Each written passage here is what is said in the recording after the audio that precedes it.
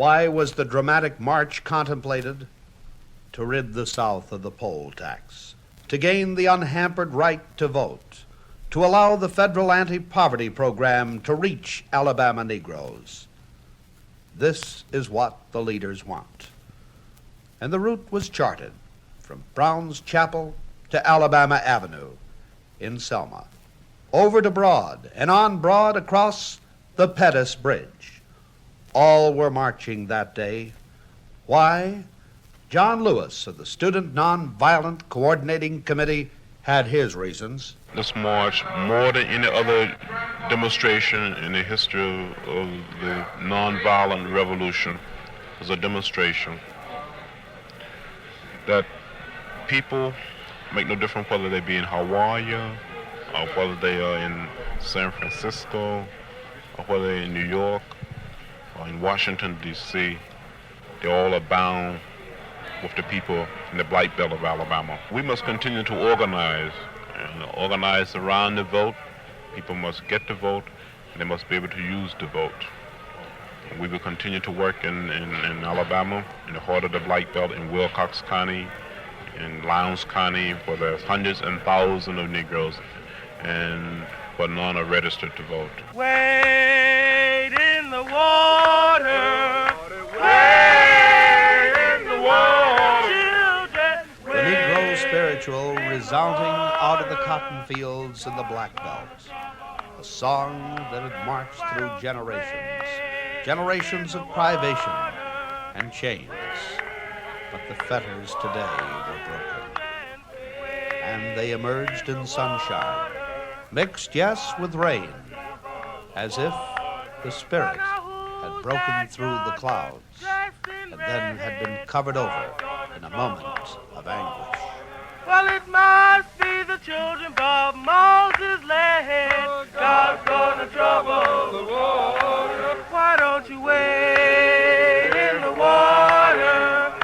Wade in the water. Wade in the water.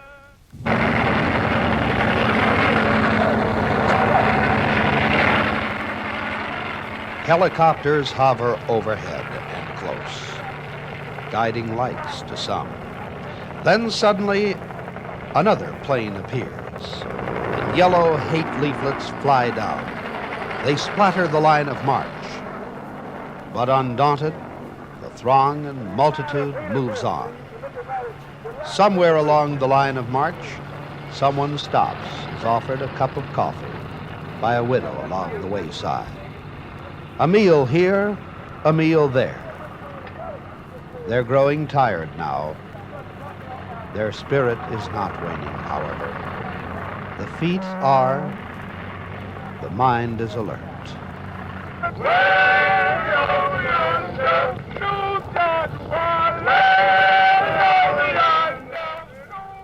Along this highway to history, we're passing a spot just on the other side of the bridge. The sun is glistening on churning waters, and over to the left, right there, a spot of infamy. Martin Luther King remembers it well. Just 2 weeks prior to this date, the date of the march, Martin Luther King met face to face with violence, tear gas, beatings. I think this is a demonstration of progress that is definitely being made. The fact that once our people were totally and terribly brutalized here, and today we can march by this very same spot without being stopped and without being harassed up to this point, represents a level of progress that's very significant. Dr. King told the marchers, "Walk together.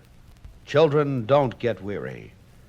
An aide of Reverend King, Ralph Abernathy, stopped along the roadside. This is a marvelous demonstration.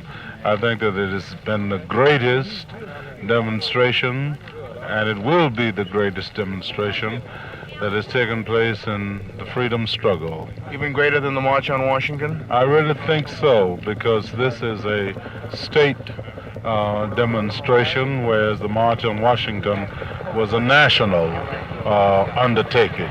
through this march, we're seeking to speak to the conscience of the nation and to the conscience of the people of Alabama.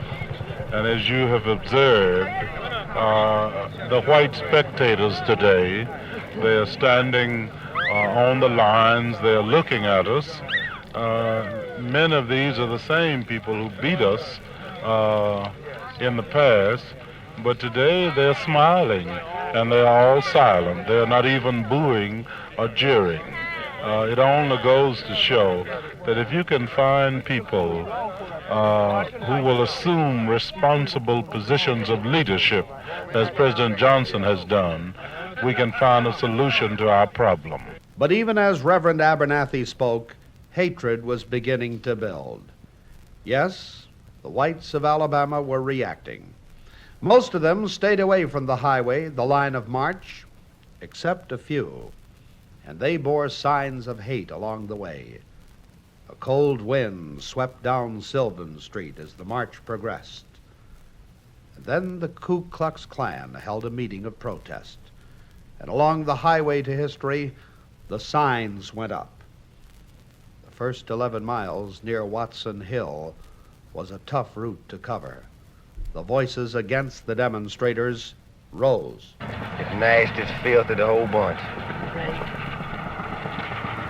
You think they're causing quite a mess? You think they're causing quite a mess? That's right. Disrupting the highway and everything? They disrupting everything, buddy. You don't see any purpose in this, then? No, nobody else does. Nobody with that nigger love over here. That's the only fella sees anything in sense in. You also agree with that, I suppose? What? Will you also agree? What did you say? Do you also agree? Just don't answer. What we think of it? Can we use bad words? I think it's a hell of a note. Oh, we want to spend all the money for cars, build highways for automobiles to run on, them black bastards take it over to walk on. And they don't pay for any taxes. Do what Johnson said, cut the welfare off or make taxpayers instead of tax eaters and see how far that go. So you think all the outsiders are causing this? 99% of them out there are outsiders. You can walk right down the street here and see your Selma niggers out there. We got a lot of good niggers here. They're not in the march. South, so why don't you go to the north? That's what I see. What do you think about it? They have more trouble up north than we do here. We don't have killings like they do up north. Women up north are scared to walk out on the streets at night. They walk around here. They did before this mess started. Demonstrating their own hometowns. They need it worse than we do. That was on one side of Highway 80. But on the other, well, the march was continuing. And a leader of the march, Ralph Bunch, pressed onward. I think it's the greatest occasion in the whole history of the struggle for Negro rights and status and dignity in this country. I think there has been nothing that has made such an impact upon the American mind and on the American conscience as the developments in Selma. We're starting out on what I consider to be not a march just of Americans, but the march of the American conscience to Montgomery. Dr. Bunch, how is the international community at the UN viewing this? I think you could be quite sure that there's overwhelming sympathy amongst all the delegates for the cause that is represented here. Emotions interplay along that highway. There is the dramatic verbal crossfire, a protest to a protest, if you will, as the Alabamans felt invaded by foreigners. 2 trailer trucks are parked along the wayside. They can't move. The marchers are there instead. So while they sit and watch, a reporter talks with them. What do you think of it? I think it's a damn pitiful shame myself. In what way? When they mobilized that National Guard. Them boys, daddies and mamas been fighting all this all the time. Now, goddamn, they got to fight it themselves. So you don't like to see demonstrations of this sort? It's pitiful. Pitiful. It's pitiful. Disgusting and pitiful. How about you? Oh, I ain't got much to say about it. Whatever they want to do, it don't make any difference. It is a little costly for it. But you don't particularly care what they do. No, not because we don't have this up in our country. They do whatever they want to down here. But who's they going to talk to when they get to Montgomery? Who's they going to talk to when they get to Montgomery? Ain't nobody going to talk to them. I think the governor's going to speak to them. I bet I know what he's going to tell them, too. What do you think he's going to tell them? I hope he tells them to go to hell. Disbelief, stunned people, astonishment. That was the reaction of Southerners. And a sister of charity was there, too. She didn't mind the rain, the cold, the walk. We're participating to show that we stand for the dignity of the human person, no matter what color he is.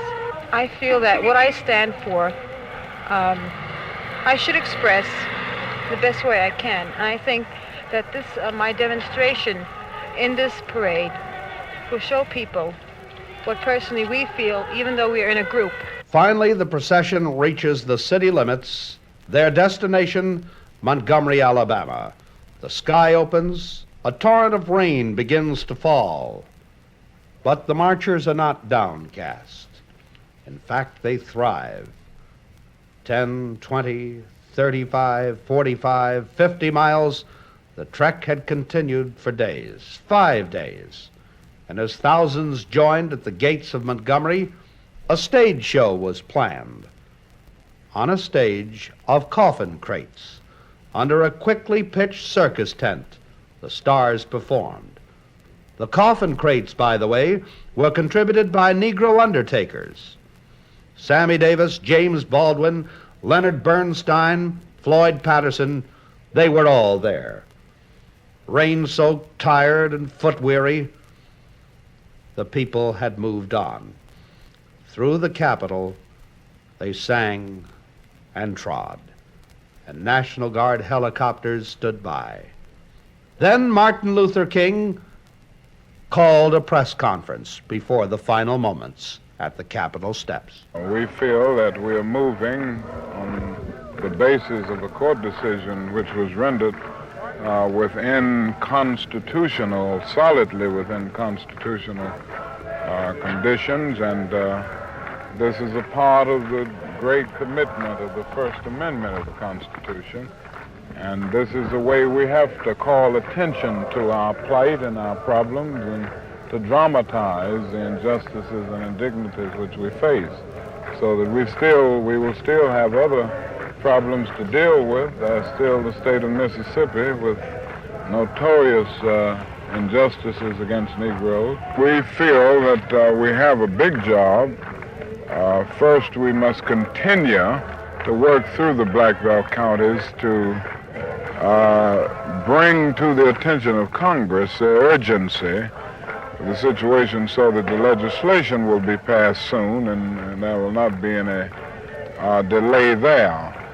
But along with that is a big job of political education. Once a new opportunity comes through new legislation, we've got to inspire people to go out in large numbers to take advantage of the new opportunity. So our drive certainly can't let up any time in the near future. Dr. King, when you planned this march from Selma to Montgomery, did you at any time anticipate an air cover and the presence of military personnel and so forth that you have today? No, at that time, I didn't anticipate this. We felt that we would be able to make this march and probably get at least a modicum of protection from the state, but go right on. We felt that we had to do it. We didn't know what would happen as a result of it. But we had no idea that it would end up like it has ended up, and even we would face the kind of brutality that the people faced that Sunday afternoon. Ain't gonna let nobody turn me round, oh, turn me round, oh, Lord, turn me round. Ain't gonna let nobody turn me round. Gotta keep on walking, keep on walking, marching up the freedom. The march already has memories. Sleeping in A.G. Gaston's muddy pasture one night in eastern Lowndes County. There were 300 who made the walk through most of that desolate area, where the highway is only 2 lanes wide. The size of the group was limited by court order. And on those marble Capitol steps that day, the governor rebuffed a delegation twice, even though he promised to see them. But Martin Luther King told the gathered throng, "We are not about to turn around. We're on the move now." And so it was. Events in history move fast. The aftermath has been and will be bloody. A Detroit mother of 5 children cut down in her car, and the FBI moves in. The Greenwood, Mississippi Commonwealth paper calls the march a part of a revolution. Perhaps in its bitterness, the paper was right. It was a revolution of all mankind, a growing and understanding, a counterforce with an equal counterforce of love, and a reaching up and out. Where will it end? Perhaps the Capitol steps of Montgomery will be visited again, or someone else will be there at some future time, now or 50 years. And white and dark will meet and grasp hands, and the highway to history will have led to the promised Golden Jubilee.